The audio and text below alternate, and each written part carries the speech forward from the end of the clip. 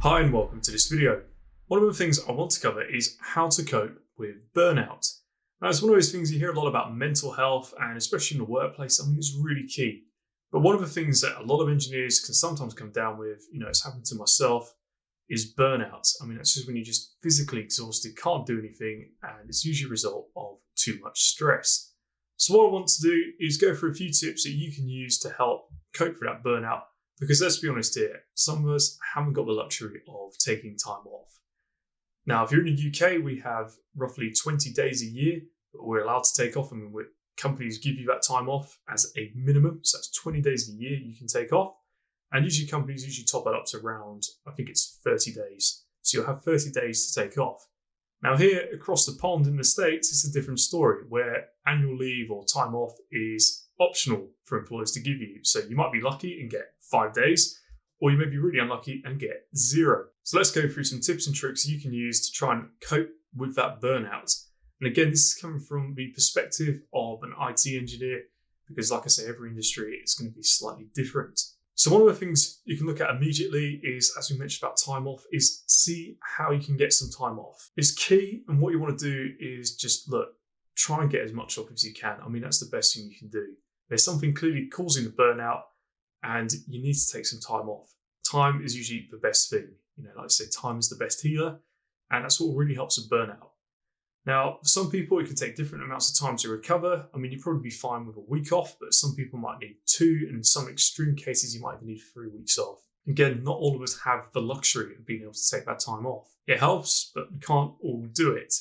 So try and make good use of your weekends. I mean, that's one thing you can do. That's time you have off. Just completely relax. Disconnect from everything. If you want to game, then you just game for that entire weekend. Whatever it takes, just take your mind off it, relax. Maybe some good mindfulness stuff you can do. I mean, that's the big buzzword going around, mindfulness, right? Maybe it's fishing, or maybe a nice walk outdoors. You do what you want, but the important thing is to relax. That's the key thing. Now let's look at the workplace. What can you do in the workplace to help reduce burnout? So burnout is usually caused by stress. So what now can you do? Flip the question around. What can you do to reduce the stress at work? And again, like some industries, it's always a bit different. With IT, there will be crunch periods. And this is probably really bad advice for some. And by the mental health community, they may not like this. Sometimes there will be a crunch period. Right, at the end of the month, it's going to be absolutely wild. Once it's completed, I can start looking at taking some time off. And let's be honest here, a lot of projects I've seen that has been the case, where they know, just keep powering through. It's going to get hard, but we've only got 2 weeks left now, and it's the final week. Let's just keep going. But after that week, we can all take some time off. It's going to be easy, and that's one of those things that helps. Now you've got an end goal in mind. Right, at some point this is going to end. That's really useful. The problem is when it's continuous. Now, if you're continuously always in crunch period, it's either bad management, or the other thing you could do is just leave. That's probably what I would do.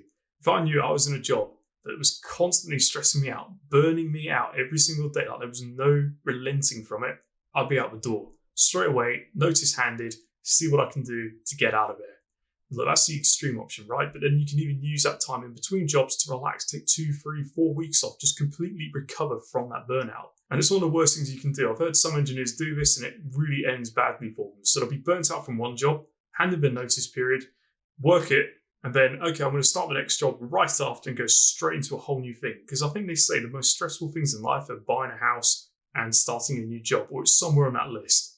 And, you can imagine, if you're really burnt out and stressed, the last thing you want to do is have all that stress and do it all over again. But coming back to the workplace, maybe you haven't got the option to quit. Maybe the market's just really crap. I mean, right now, COVID-19, it's not great. I mean, there are still jobs, lots of remote stuff coming up. We're seeing that now. Lots of companies moving completely remote. So there is still hope. You could still look for a job, but not all of us have that option. So what you want to start looking at in the workplace is having a chat with your manager. Is there anything you can do to reduce the amount of stress and burden you have? Now, one of the usual things is to hire someone else. Now, I'm really going to piss off all the gatekeepers here. If you're like that lone sysadmin who keeps all the information, all the knowledge for himself, and keep complaining about how stressed and burnt out you are, and your company has offered to hire someone else, but you keep turning them down, then that's why you're burning out.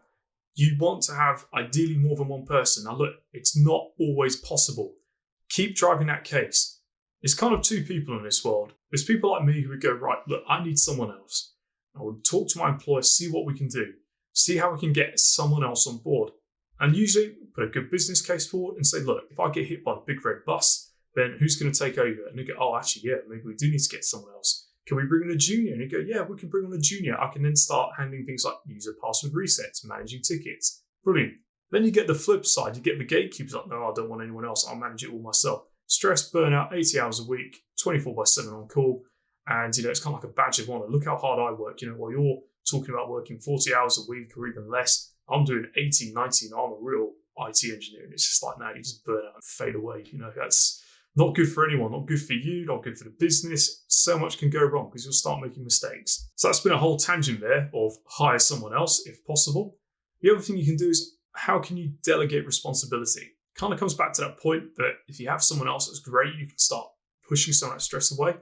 But also talk to your boss, right? If you know you've got a lot of complaints coming in, a lot of your work is caused by, say, another team in the building. Is there any way you can start pushing some of that back? I could do an entire video on this. But the most powerful phrase in the entire English language is no. And as Dave Ramsey will tell you, if you watch his content, no is a complete sentence. And that's a really powerful thing to say. If someone says, hey, this team screwed up, again, can you fix it? Rather than burning yourself out, taking all that stress, again, I empathize with you because I hear loads of people, you should just say no. A lot of us IT engineers, we're really nice people. We want to help. It's kind of something I've noticed, we all want to help. Just look at these open source projects, right? It's made for the love of it. It's not because I'm going to make loads of money on it. It's made for the love of it. So we ideally want to help, and it can be really hard for us to turn around and go, no. I've had to do it at times, and it's really hard the first time you do it, but trust me, it gets easier and easier. Don't give a reason. Don't say, no, but I want to do this. Just flat out, no. If you're burnt out, trust me, this is just going to be like your default reply, like automatic reply in your emails, right? Be like, hey, Kate, can you go ahead and fix server B because team B have broken it again? It'd be like automatic reply, no. Can you show them? It's the other thing, right? Documentation. Can you point them in the right direction so they can fix it themselves? And this is something I think gets overlooked quite a lot of the time is user education. Like, can I take the time to take that user or take that team? Can I take them through the process so they can now fix it themselves? A lot of places I've worked at, I have seen people stressed and burnt out because they take on loads of work. They haven't learned to say no. They then become burnt out because instead of managing their day-to-day, they're now managing other stress because now they've got another team and found out that they also support that front. And it's just like this horrible triangle webbed mess of stress and responsibility that they've just taken on because they've been too nice to say, no, I'm not going to do it. So let's recap a couple of things here because this has been so many tangents, but really good advice. Number one, can you get someone else on board or can you delegate some of that responsibility? Is there anyone else you can bring on board or talk to help take on some of that responsibility? The next tip is how much time can you take off? At a minimum, have weekends, right? Are you on call 24/7? That would probably be the first thing I would ditch and just say, look, I need a week or two off. Take me off the rota. I'm burnt out. I need to take some time off. And don't be ashamed in saying it, right? It happens to us all. We're human. We're not machines. We can't do 24/7. At least not all the time, because again, I could do a whole video on this. The mental anguish and the anxiety of worrying that at 3 o'clock in the morning that phone could go off, look, it's kept me up at night as well. And I've been stressed out, even when not on call, just because of that fear the phone might go off. And lastly, if all else fails, we're talking full scale burnout, like you just can't even get up in the morning, brain fog, you are fatigued, you're exhausted. You are just in the worst state possible. And there's nothing your employer is going to do. It's just unrelenting. It's just going on and on and on. And there's no let up at all. Quit. Simple as that. Find somewhere else to work at. And look, not all companies are bad. There's going to be some good ones and there's going to be some bad ones. Look for the good ones, but that is like your last resort. You're not permanently attached to that company. You can always go. So there we go. Those are some tips for handling burnout in the IT world. Hope this video helps and I look forward to seeing you in the next one.